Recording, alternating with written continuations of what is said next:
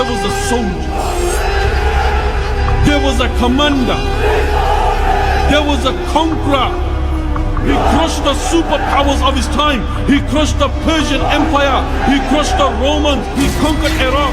He conquered Iran. He conquered Armenia. He conquered Jordan. He conquered Syria. The undefeated commander. The undefeated ruler.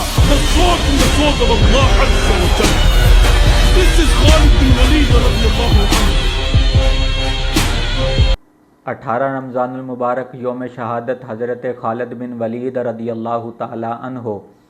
हज़रत खालिद बिन वलीद रदियल्लाहु ताला अन्हो ने अपनी ज़िंदगी में कभी कोई जंग नहीं हारी।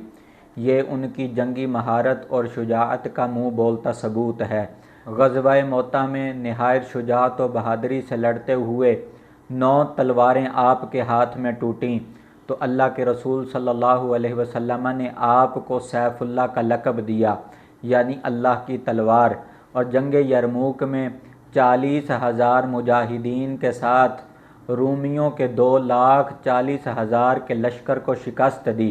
हज़रत खालिद बिन वलीद रदियल्लाहु ताला अन्हो फरमाते हैं, दुनिया के बुज़दलों को मेरा ये पैगाम पहुँचा दो कि मौत अगर मैदान जंग में होती तो खालिद कभी भी बिस्तर पर विसाल न करता।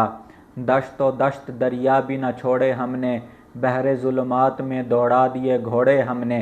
हज़रत खालिद बिन वलीद रदियल्लाहु ताला अन्हो की बहादुरी की वजह से दुश्मन आपका नाम सुनकर कांप उठता। आपने इब्तदाई इस्लाम के फैलाव में नाकाबिल फरामोश किरदार अदा किया।